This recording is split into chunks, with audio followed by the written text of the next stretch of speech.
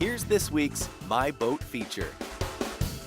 Two things I know for sure. One, boating is fun, and two, fuel prices are not getting any cheaper. So how do you maximize your time on your boat without breaking your fun budget?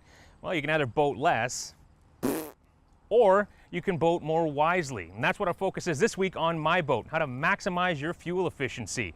You don't have to be a mechanical whiz to achieve it. Modern boats and motors are much more fuel efficient than their older counterparts, but you can't leave all the work to the engineers back at the plant. In fact, the first thing you can do is about the simplest: lighten the load. I know you need fenders, but I'm not sure you need 12. Now, safety gear is something that you need to have on your boat and you want to have. So don't think of that as extra weight. Think of that as what it is: life-saving gear. So your safety kit, life jackets, you're going to want those. That's not extra weight. What is the extra stuff. Like, do you really need the carrying case for your picnic chairs on your boat? Not likely. And if you're not going to be out on the hook, you probably don't need the second anchor on your boat at all times. Right there, we've saved 20 pounds easily.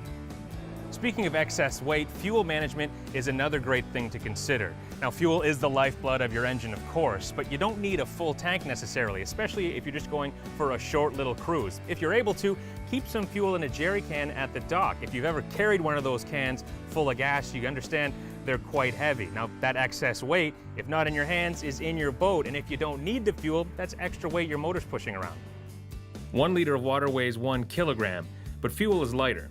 Diesel is about 0.9 kilograms per liter, and gas lighter still at roughly 0.7 kilograms per liter.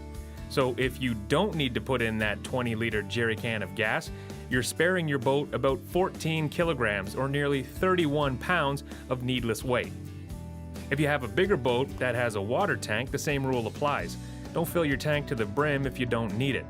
For example, this 2001 Sea Ray 380 Sundancer has a 265-liter water tank.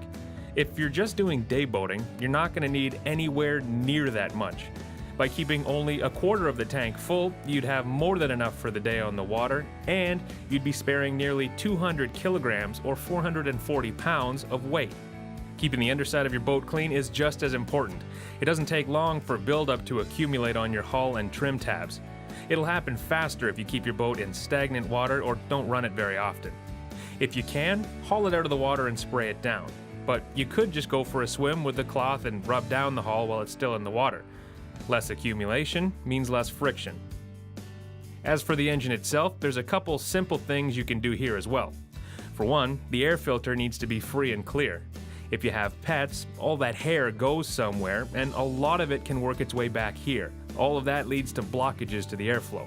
If your belts are worn, the debris sprayed off them can get sucked onto it. And since engines need fuel and air to make the combustion, you want the air to flow free and clear. When you have your boat serviced, ask to have your fuel filter changed on a regular basis. Same with the plugs, as they need to be in top condition to work efficiently. These are small parts and minimal costs in the grand scheme of things. Maybe a small difference, but over the course of a season, even a few percent can add up to measurable savings.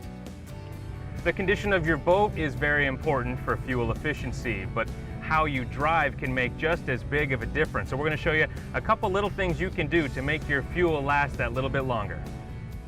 A jackrabbit start, going from neutral to full throttle, is not the ideal way to get on plane.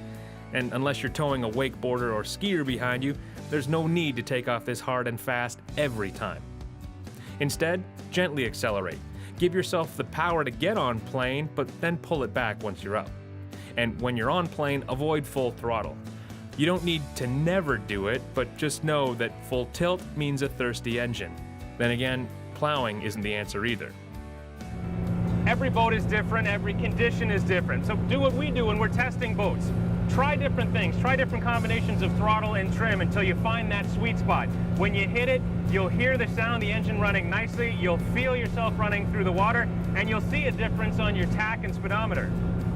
When you trim, your boat will tell you when you've gone too far, and it'll do this, known as porpoising, where it just keeps bouncing even on flat water. So trim down just a little bit and you'll put the porpoise to bed. Your boat will settle down into a nice and fast yet efficient plane.